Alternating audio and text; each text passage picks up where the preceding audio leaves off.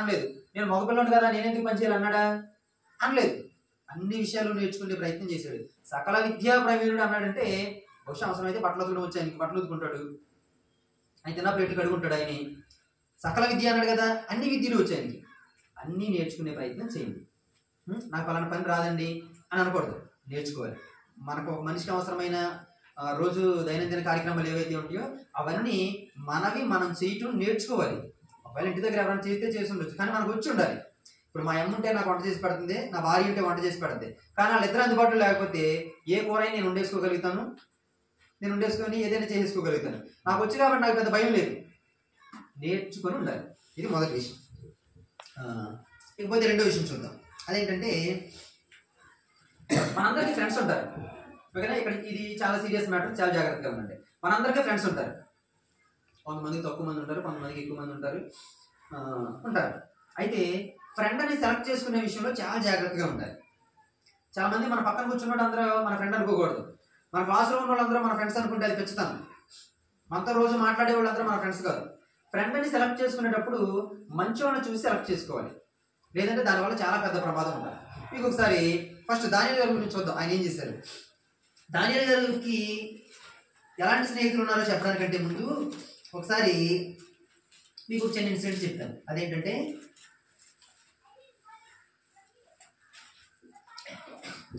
ఒకసారి ఆ దేశంలోనే బబులోను దేశంలో జరుగుతున్న సంగతి. నెబుకద్నెజర్ చక్రవర్తి ఏం చేశాడంటే ఒక విగ్రహాన్ని తయారు చేశాడు.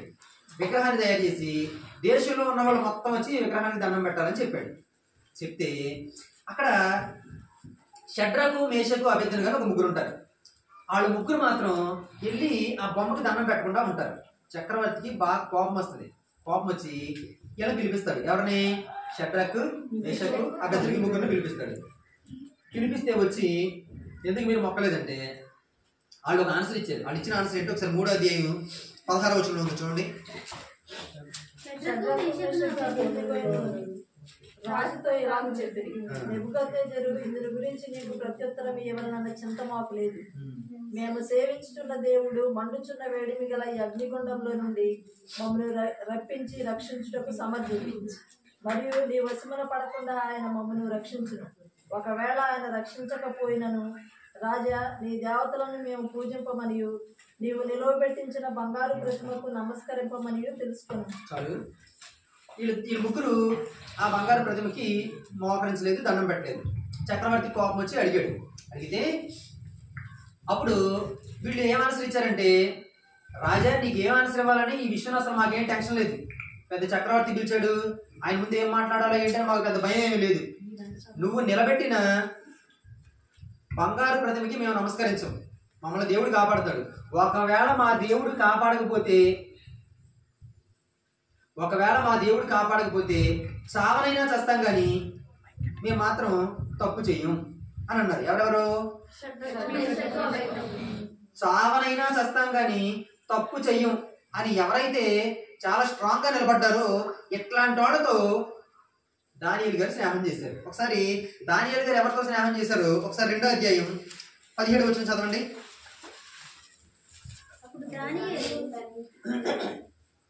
అప్పుడు దానియేలు తన ఇంటికి పోయి తన స్నేహితులైన హనన్యాకును, మిషాయేలుకును, అజర్యాకును సంగతి తెలియజేసి. రైట్, చాలు. దానియేలు గారు తన స్నేహితుల దగ్గరికి వెళ్ళి ఒక విషయం ఏదో మాట్లాడాడు. దానియేలు గారి స్నేహితులు ఎవరెవరాళ్ళు? హనన్యా, మిషాయేలు, అజర్యా. వాళ్ళే కదా షడ్రకు, మేషకు, అబేద్నెగో. వీళ్ళకే షడ్రకు, మేషకు, అబేద్నెగో వీళ్ళే. ఇప్పుడు దానియేలు గారి స్నేహితులు ఎవరు? షడ్రకు, మేషకు, అబేద్నెగో. ఈ షడ్రకు, మేషకు, అబేద్నెగో అంటే వీళ్ళు ఎలాంటి వాళ్ళు? తప్పు చేయాల్సి వస్తే అవసరమైతే ప్రాణమైనా వదిలేస్తాం తప్ప తప్పు చెయ్యం. చావనైనా చేస్తాం కానీ తప్పు చెయ్యం.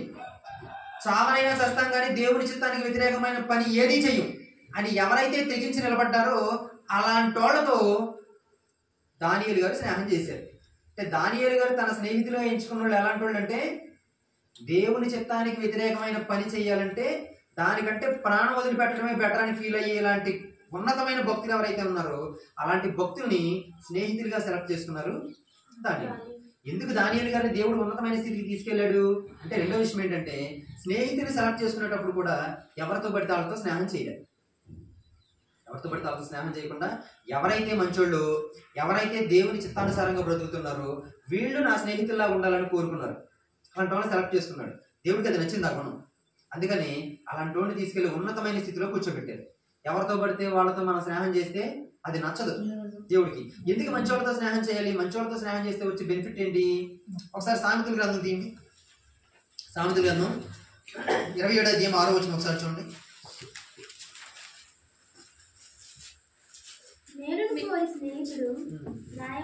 చాలనా? మేలును కోరి స్నేహితుడు గాయములు చేయును. మన మేలు కోరి సామెతల గ్రంథం 27వ అధ్యాయం 6వ వచనం చూడండి. అన్నిటి చూడండి వెళ్తాడు. మేలును కోరి స్నేహితుడు గాయాలు చేస్తాడు. స్నేహితుడు గాయాలు చేయటం అంటే ఏంటి? మనం బాధపడినా కానీ, మన హృదయం గాయపడినా మనం మేలు కోరి మనల్ని ఖండిస్తాడు. ఉదాహరణకి నేను ఏదన్నా చిన్న తప్పు చేస్తాను అనుకోండి. తప్పు చేస్తుంటే నువ్వు చేసేది తప్పురా అని నా ఫ్రెండ్ నాకు చెప్తే, అరే నన్నే నన్నే గద్దించాడని నేను బాధపడవచ్చు. నేను బాధపడినా పర్లే, నా హృదయం గాయపడినా పర్లే, నేను క్షేమంగా ఉండాలని నా మేలు కోరి నా తప్పుని తప్పు అని నిర్మోహమాటంగా ఖండించేవాడు దేవుడి దృష్టిలో మంచి స్నేహితుడు. ఒకవేళ నాకు తెలిసిన ఎవరో తప్పు చేస్తున్నారు, నువ్వు తప్పు చేస్తున్నావని చెప్తే వాళ్ళకి బాధ అనిపించవచ్చు. వాళ్ళకి బాధ అనిపించినా వాడు క్షేమంగా ఉండాలంటే తప్పు మానేయాలి. వాడి క్షేమం కోసం వాడు బాధపడినా కానీ వాడి తప్పుని నిర్మోహమాటంగా నేను ఖండిస్తే నేను దేవుడు కోరుకునే స్నేహితుడిని. దేవుడు అదే చెప్పాడు. నిజమైన స్నేహితుడైతే, అంటే మంచి స్నేహితుడైతే, మనం ఏదైనా పొరపాటు చేస్తే నిర్మోహమాటంగా నువ్వు చేసేది తప్పు అని మనకు చెప్పి మనల్ని సరి చేసే ప్రయత్నం చేయాలి. ఎందుకు మనం మంచి స్నేహితుడిని సెలెక్ట్ చేసుకోవాలని చెప్తానంటే, దానియేలు గారు ఎందుకు మంచివాళ్ళ స్నేహితుడిగా సెలెక్ట్ చేసుకున్నాడంటే, మన పక్కన మంచి స్నేహితుడు ఉంటే మనం పొరపాటున తప్పుదారులు వెళ్తుంటే వెంటనే సరి చేస్తాడు. నా పక్కన మంచి స్నేహితుడు ఉన్నాడు అనుకో, నేను ఒకవేళ కనుక సినిమాకి వెళ్దామని బయలుదేరాను అనుకో, నా పక్కన మంచి స్నేహితుడు ఉంటే ఏం చేస్తాడు? అరే శ్యాము, నువ్వు బాధపడితే బాధపడు, కానీ నువ్వు దేవుని నమ్ముకున్నవాడివి, వాక్యం చదివేవాడివి, వాక్యం చెప్పేవాడివి, నువ్వే సినిమాకి వెళ్తే ఎలాగరా? నువ్వు బాధపడినా పర్వాలేదు, నువ్వు చేసే తప్పురా, ఈ తప్పు సరి చేసుకో అని చెప్తాడు నా పక్కన మంచి స్నేహితుడు ఉంటే. ఒకవేళ నా పక్కన స్నేహితుడు చెడ్డోడు ఉంటే అని ఏం చేస్తారు మీరు?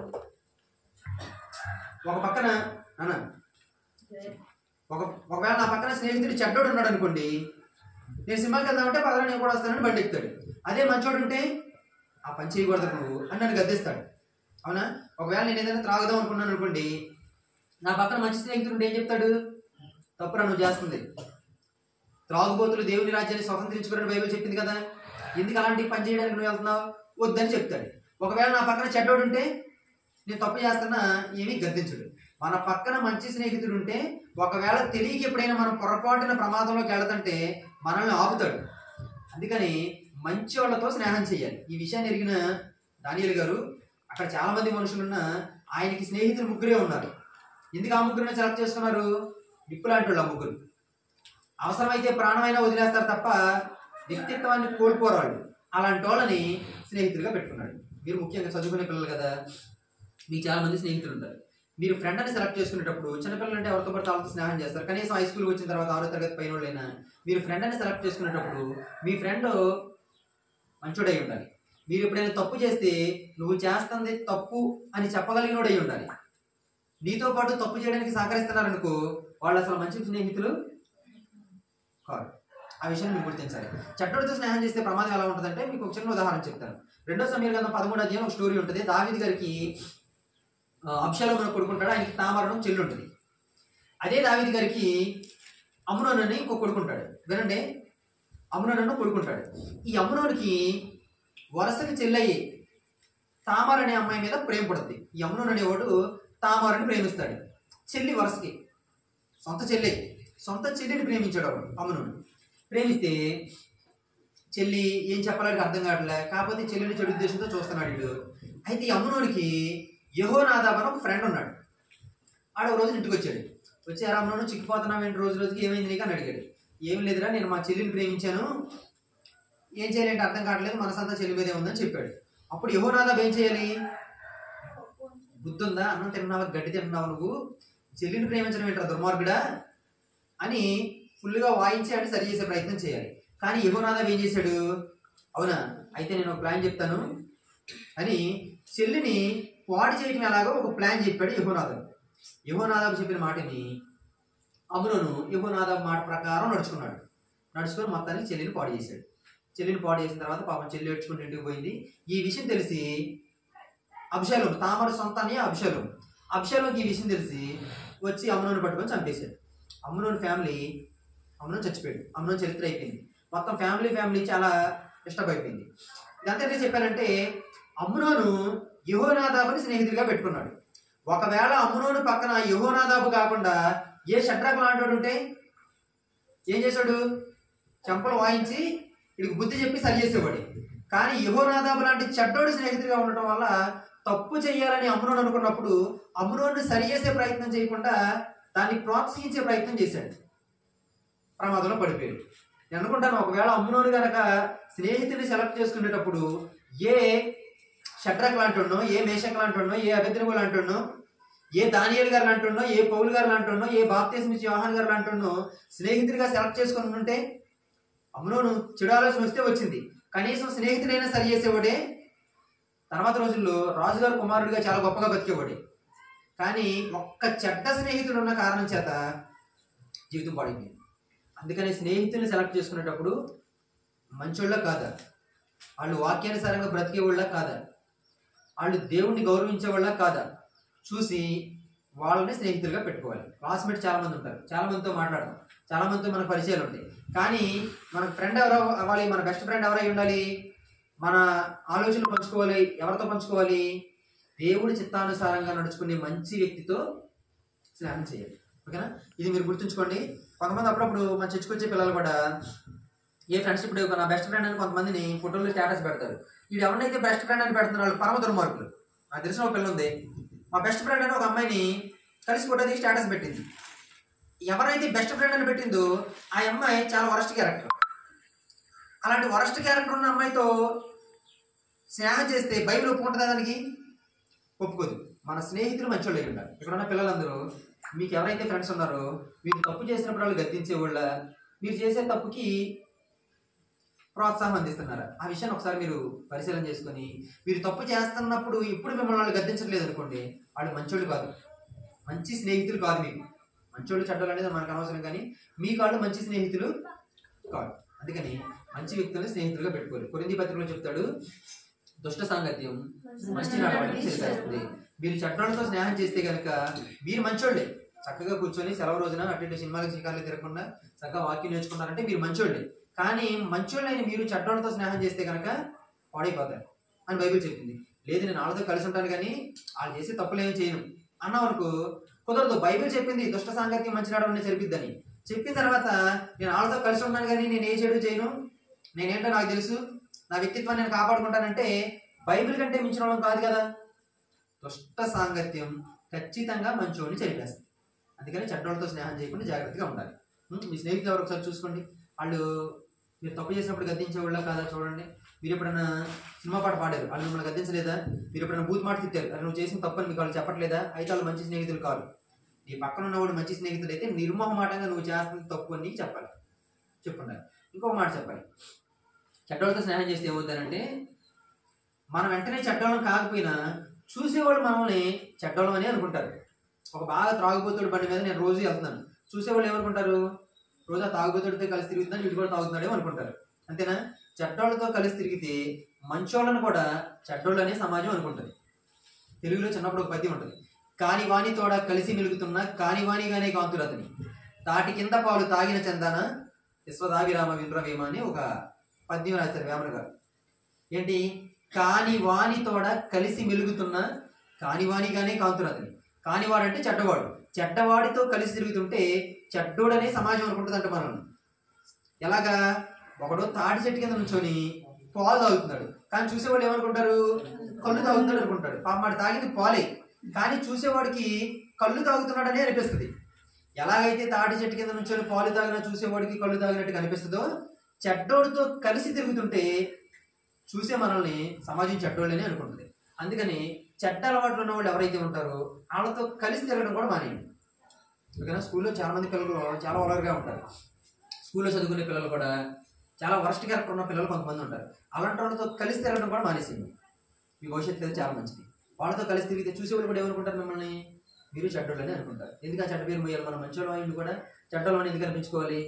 అందుకని చెడు అలవాట్లు ఉన్న వాళ్ళతో కలిసి తిరగడం కూడా మనకి మంచిది. రైట్, ఇది దానియేలు గారిలో దేవుడికి మెచ్చిన మరొక లక్షణం. ఇంకొక 2 విషయాలు చెప్తాను కొంచెం త్వరగా. అట్టడి స్థితిలో ఉన్న దానియేలు గారు అత్యున్నతమైన స్థితికి వెళ్ళిపోయారు. ఏమి నచ్చింది దానియేలు గారిలో దేవుడికి? చెప్పండి 2 విషయాలు. సకల విద్యా ప్రవీణుడు, మంచి వాళ్ళతో స్నేహం చేశాడు. ఒక్క నిమిషం కళ్ళు మూసుకొని మీరు అందరూ చిన్న పని చేయండి. అదేంటంటే, ప్రభా దానియేలు గారు ఎలాగైతే అన్ని విద్యల్లోనూ పట్టు సాధించారో నేను కూడా అనేక అంశాల మీద పట్టు సాధించే జ్ఞానాన్ని నాకు ఇవ్వండి ప్రభా అని చిన్న ప్రార్థన చేయండి. స్నేహితులు సెలెక్ట్ చేసుకునే విషయంలో కూడా మీ చిత్తానికి వ్యతిరేకమైన వ్యక్తులతో నేను స్నేహం చేయకుండా మీ చిత్తానుసారమైన వ్యక్తులతోనే స్నేహం చేసే ఆ జ్ఞానాన్ని నాకు ఇవ్వండి ప్రభా అని ఒక్క నిమిషం కళ్ళు మూసుకొని చిన్న ప్రార్థన చేసుకున్న అందరూ.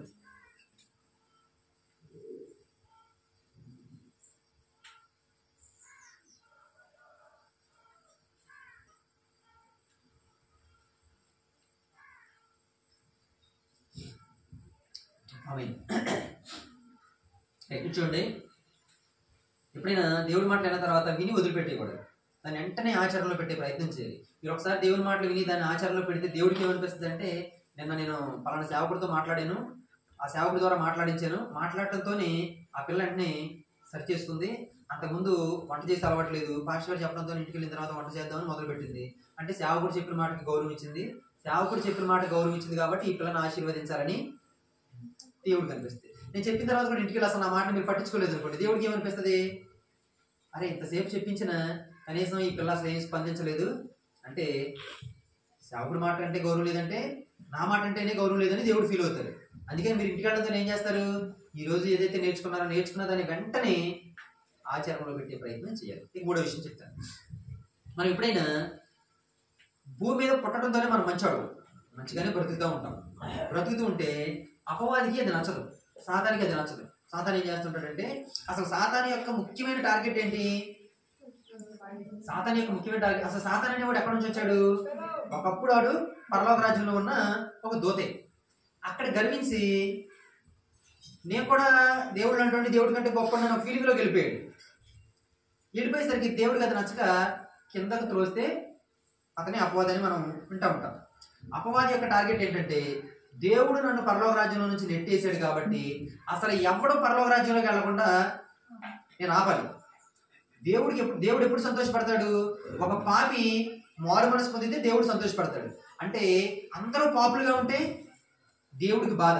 నేను ఏదో ఒకటి చేసి మనుషులందరినీ పాపులుగా మార్చి మనుషులు ఎవరికి పరిశుద్ధత లేకుండా చేసి దేవుడికి సంతోషం లేకుండా చేయాలనేది అపవాది యొక్క ప్లాన్.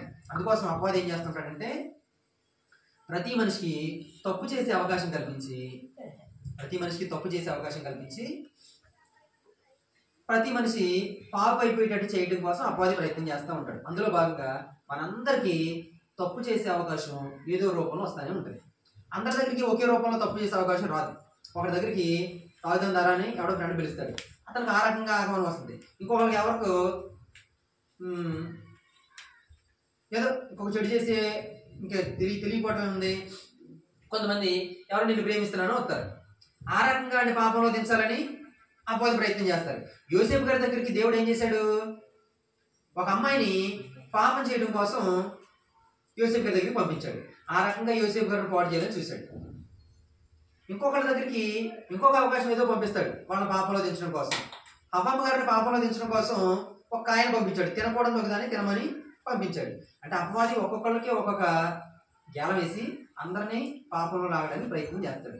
ఇలాంటి అవకాశం ఒకసారి దానియేలు గారికి కూడా వచ్చింది. దానియేలు గారికి ఎలా వచ్చిందంటే, దానియేలు గారు యూదులకి తినకూడనివి కొన్ని ఉన్నాయి. దేవుడు కొన్ని వీటిని మీరు తినకూడదని చెప్పాడు. తినకూడని ఒక పదార్థాన్ని తినమని చెప్పి దానియేలు గారి దగ్గరికి పంపించాడు అపవాది. ఒకవేళ తినకూడని తింటే దానియేలు గారు ఏమవుతారు? పాపం చేసినట్టు అవుతాడు. అంటే ఒక్కొక్కరికి ఒక రకంగా వేస్తాడు. యోసేపు గారి దగ్గరికి ఈ అమ్మాయిని పంపించాడు, అవ్వమ్మ గారి దగ్గరికి ఫలాన్ని పంపించాడు, దానియేలు గారి దగ్గరికి తినకూడని దాన్ని తినమని చెప్పి పంపించాడు. ఒక్కొక్కరు ఒక్కొక్క రకంగా పాపంలో దించడానికి ప్రయత్నం చేస్తాడు. అలాంటి అవకాశం దానియేలు గారి దగ్గరికి వస్తే దానియేలు గారు ఏం చేశారు? 1వ అధ్యాయం 8వ వచనం చూడండి ఒకసారి. రాజు భుజించు భోజనమును పానము చేయు ద్రాక్షరసమును పుచ్చుకొని తన్ను అపవిత్రపరచకూడదని దానియేలు ఉద్దేశించి చాలనా? దానియేలు గారు ఏమనుకున్నారు? రాజు తినే భోజన పదార్థాలని అపవిత్రమైనవి, అపవిత్రమైనవి తిని తను పాడు చేసుకోకూడదని దానియేలు గారు అనుకున్నారంట. అంటే చెడు చేసే అవకాశం వస్తే దానియేలు గారు ఏం చేశారు? నేను చెయ్యను, చేయకూడదు, నేను అపవిత్రమైన తినకూడదని దేవుడు చెప్పాడు, నేను తినకూడదు అనుకున్నాడు. అంటే చెడు చేసే అవకాశం దగ్గరికి దానియేలు గారు వెళ్ళారా? అవకాశమే దానియేలు గారి దగ్గరికి వెతుక్కుంటూ వచ్చిందా? చెడు చేసే అవకాశమే దానియేలు గారి దగ్గరికి వెతుక్కుంటూ వచ్చింది. తప్పు చేసే అవకాశం వచ్చినా దానియేలు గారు తప్పు చేయలేదు. అది దేవుడికి నచ్చింది. ఎందుకని దేవుడు దానియేలు గారు అంత ఉన్నతమైన స్థితికి తీసుకెళ్ళిపోయారంటే తప్పు చేసే అవకాశం వచ్చినా తప్పు చేయకుండా నిలబడ్డారు. మనం అది నేర్చుకోవాలి. అప్పుడప్పుడు మీకు కూడా తప్పు చేసే అవకాశం వస్తుంది. చదువుకునే పిల్లలు కదా, ఈ వయసులో తప్పు చేసే అవకాశం మీకు పదే పదే వస్తూ ఉంటుంది. ఎవరో ఒకటి సినిమాకి వెళ్దాం రమ్మనొచ్చు, ఎవరో ఒకళ్ళు వచ్చి మీ దగ్గరకు వచ్చి మిమ్మల్ని ప్రేమిస్తున్నాం, మీరంటే ఇష్టం అని చెప్పొచ్చు. లేదా ఈరోజు స్కూల్ కొట్టేసి కాలేజ్ కొట్టేసి సినిమాకి వెళ్దాం అని అనొచ్చు. ఇలా ఏదో రకంగా తప్పు చేసే అవకాశం మీ దగ్గరికి వస్తుంది. అపవాది మీ దగ్గరికి ఆ అవకాశాన్ని తీసుకొస్తాడు. తీసుకొచ్చినప్పుడు దానియేలు గారు ఏం చేశారు? తప్పు చేసే అవకాశం వస్తే దానియేలు గారు, మీరు ఎట్లా నాకెళ్ళి చూడండి, తప్పు చేసే అవకాశం వచ్చినప్పుడు దానియేలు గారు ఏం చేశారు? నేను చేయకూడదు అనుకున్నారు. మీ దగ్గర కూడా ఎప్పుడైనా ఇలాగ తప్పు చేసే అవకాశం వస్తే, నాకెళ్ళి చూడాలి అందరూ అన్న, మీ దగ్గర కూడా ఎప్పుడైనా ఏదైనా తప్పు చేసే అవకాశం వస్తే మీరు నిర్మోహమాటంగా దాన్ని వ్యతిరేకించగలగాలి. తప్పు చేస్తే పరిణామాలు ఎలా ఉంటాయో ఒకసారి ఆలోచించాలి. ఎప్పుడైనా ఏదైనా తప్పు చేసే ముందు దాని పరిణామం ఎంత భయంకరంగా ఉంటుందో ఆలోచించాలి. అప్పుడు జాగ్రత్త పడతాం. ఇప్పుడు నేనున్నాను, నేను ఒకవేళ ఏదైనా తప్పు చేశాను అనుకోండి, ఎక్కడైనా తాగి తిరుగుతున్నాను అనుకోండి, దాని పరిణామాలు ఎలా ఉంటాయి?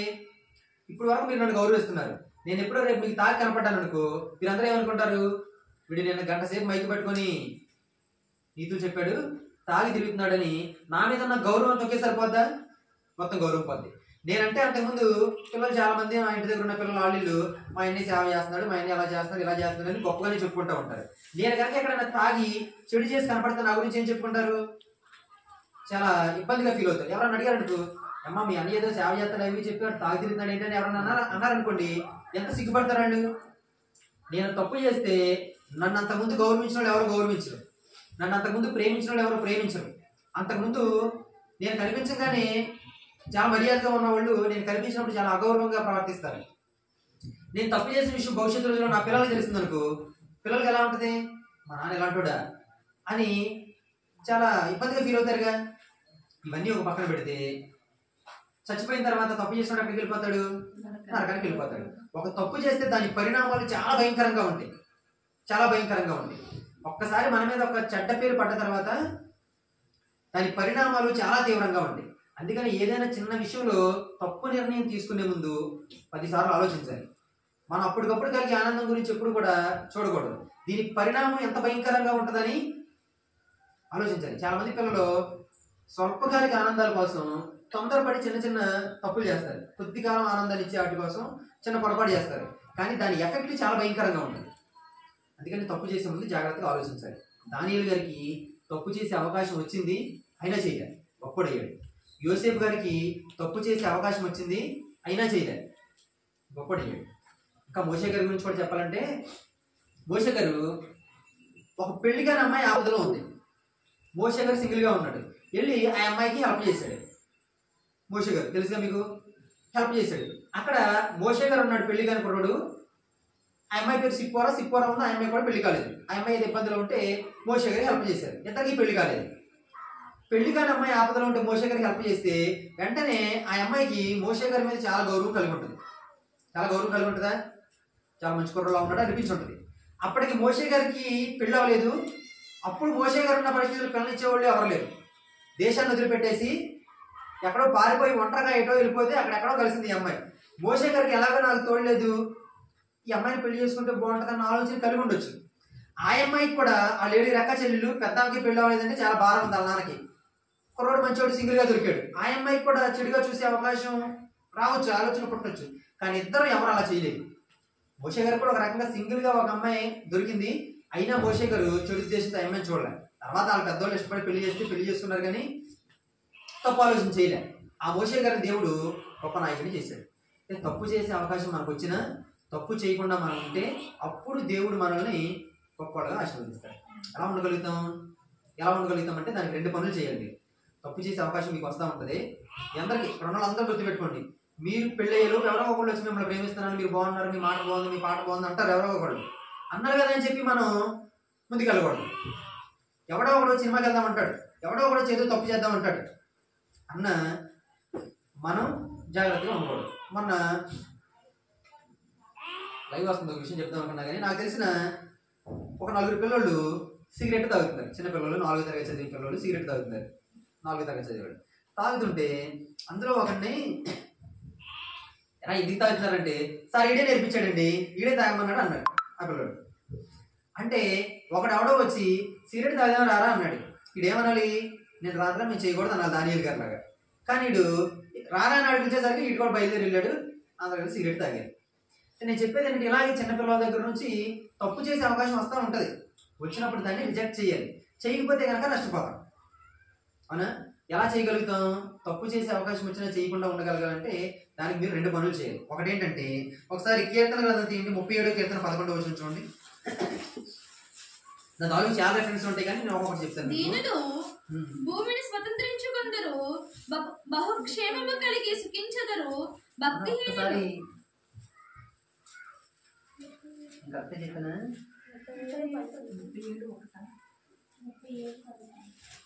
సారీ 119 కీర్తన 9-11.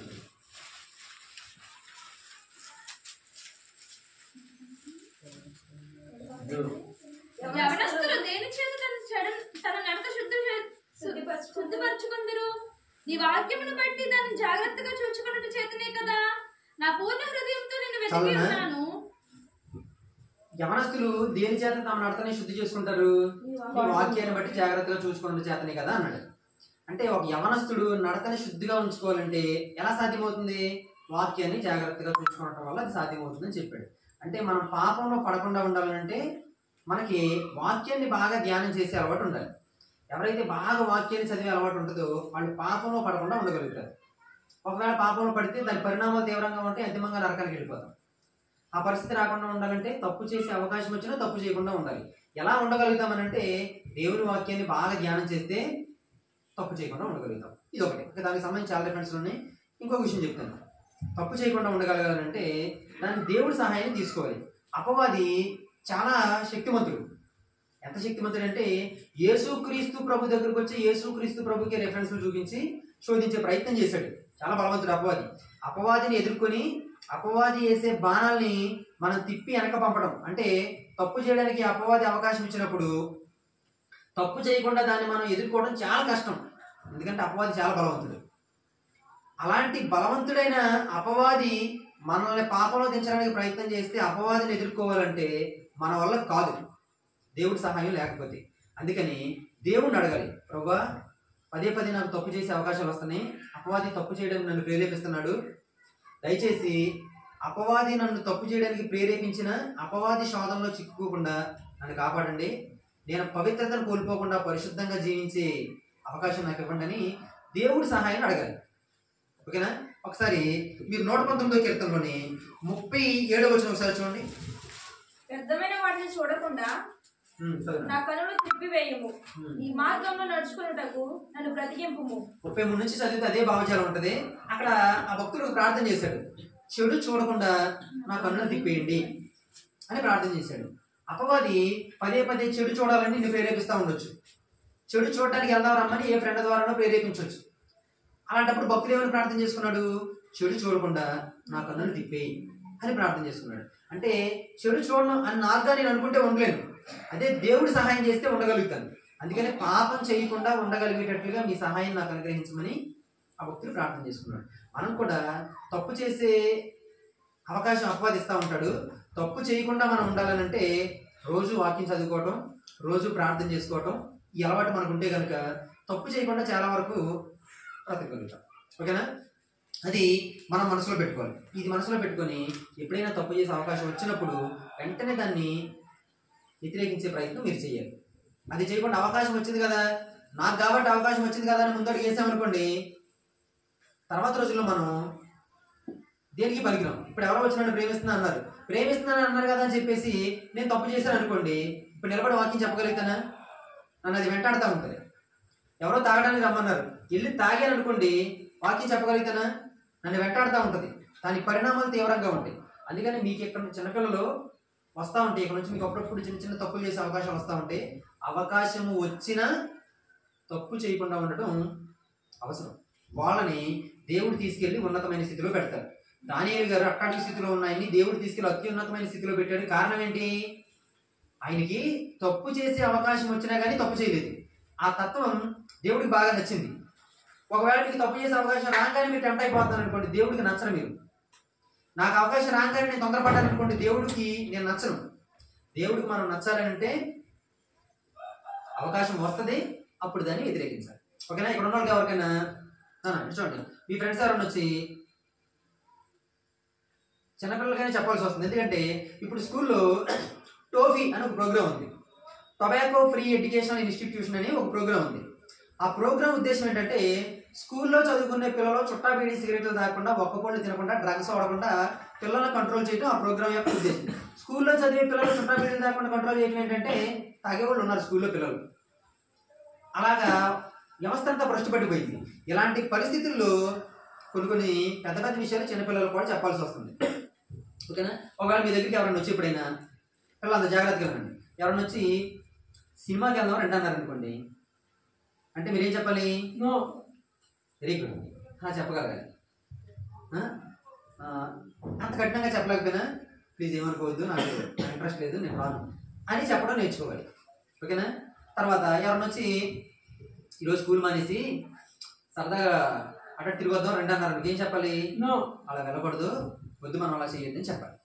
అలాగే ఎలాంటి చిన్న చిన్న మీరు ప్రాక్టీస్ చేయాలి. ఎవరైనా మీ దగ్గరకు వచ్చి సిగరెట్ తాగుదాం రండి అన్నారు, లేదా స్కూల్ ఎగ్గొట్టి ఈరోజు హాస్టల్లో పడుకుందాం రండి అన్నారు, ఇలాంటి ఏవో చిన్న చిన్ని ఆఫర్లు వస్తుంటాయి మీ దగ్గరికి, కుదరదని చెప్పాలి.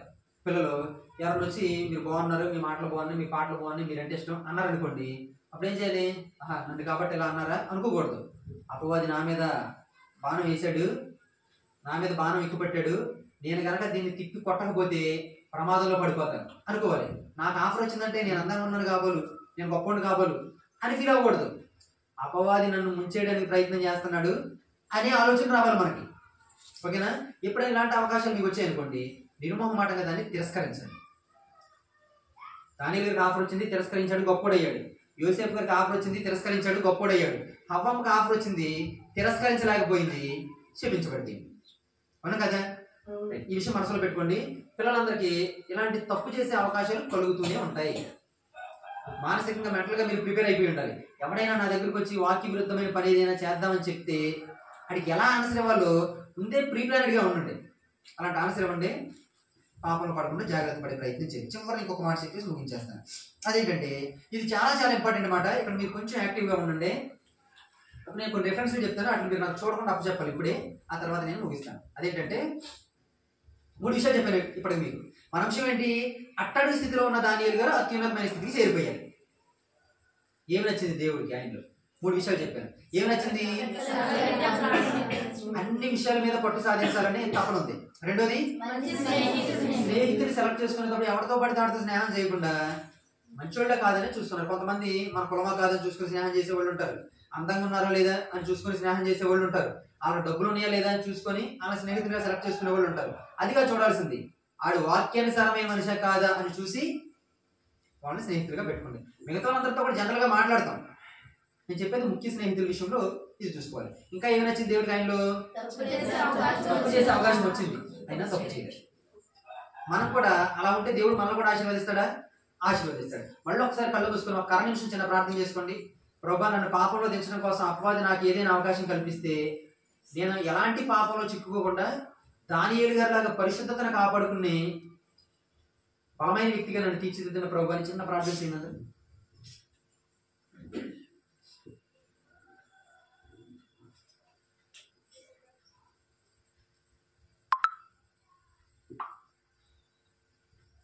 ఆమేన్. చాలా మంది పిల్లలు ఏంటంటే ఇంటి దగ్గర చాలా బాగుంటారు, అమ్మ నాన్న దగ్గర చాలా మంచోళ్ళలాగా వినయంగా ఉంటారు, కానీ స్కూల్కి వెళ్ళిన తర్వాత మరొక రూపం ఎత్తారు చాలా మంది పిల్లలు. నిజమా? నిజం. ఇంటి దగ్గర ఎప్పుడు బూతు మాట మాట్లాడిన వాళ్ళు స్కూల్లో చాలా బూతు మాటలు మాట్లాడే వాళ్ళు ఉంటారు. కొంతమంది పిల్లలు మాస్టర్ క్లాస్లో ఉన్నప్పుడు చాలా బాగుంటారు, మంచోళ్ళ. మాస్టర్ క్లాస్లో నుంచి బయటకు వెళ్తే ఇంకొక రూపం ఇస్తారు వాళ్ళు. ఒకసారి పిల్లలు వచ్చి సార్ ఇటు బాగా అల్లరి చేస్తానని తీసుకొస్తారు స్టాఫ్లో కూర్చుంటే. అంటే అసలు నేను క్లాస్లో ఉన్నప్పుడు కొంచెం అసలు నోరేస్తాడు వాడు, చాలా మంచోడు కదా అనుకుంటాం.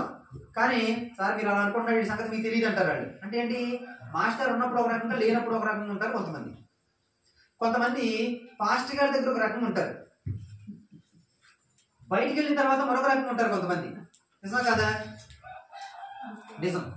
అంటే చర్చిలో విశ్వాసుల మధ్యలో ఉన్నప్పుడు ఒక రకంగాను, బయటికి వెళ్ళిపోయిన తర్వాత రకరకాల మనుషుల మధ్య అన్యుల మధ్య కలిసి తిరుగుతూ ఉంటాం, కలిసి చదువుకుంటూ ఉంటాం, కలిసి ఉద్యోగాలు చేస్తూ ఉంటాం, కలిసి పనులు చేస్తూ ఉంటాం. కానీ చర్చిలో విశ్వాసుల మధ్యలో ఉన్నప్పుడు ఒక రకంగా మంచిగా ఉండి బయటికి వెళ్ళి అన్యులతో కలిసి తిరిగేటప్పుడు పాపం చేసేవాళ్ళు చాలా మంది ఉంటున్నారు.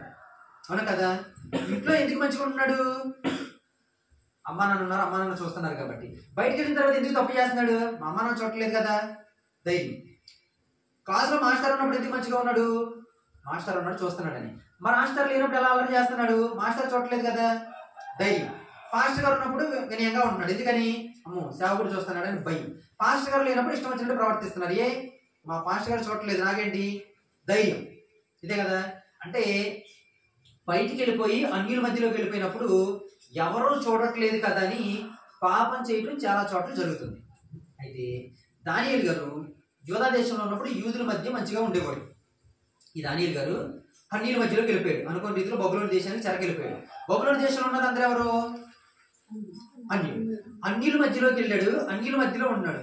అన్యుల మధ్యలోకి వెళ్ళిపోయి కొన్ని సంవత్సరాలు గడిచిపోయింది. కొన్ని సంవత్సరాలు గడిచిపోయిన తర్వాత అన్యుల మధ్యలో ఉన్నాడు కదా, ఏమన్నా పాపం దానియేలు గారిలోకి ప్రవేశించిందా అని చూస్తే దానియేలు గ్రంథం 6వ అధ్యాయం 4వ వచనం ఒకసారి చూడండి.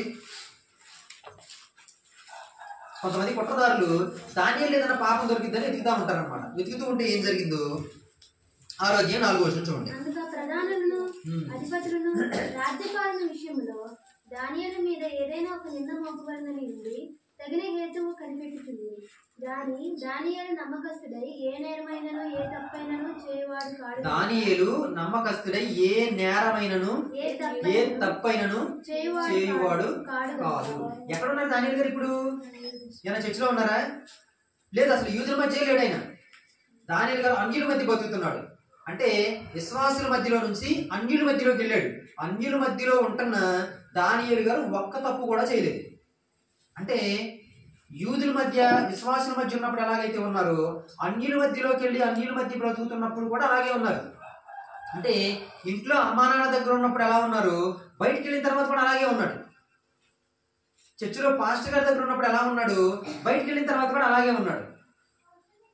చాలా మంది ఇంట్లో ఒక రకంగా బయట ఒక రకంగా ఎందుకు ఉన్నారంటే ఇక్కడ అమ్మా నాన్న చూస్తున్నారని భయం, బయటికి వెళ్ళిన తర్వాత అమ్మా నాన్న లేరు కదా అని ధైర్యం.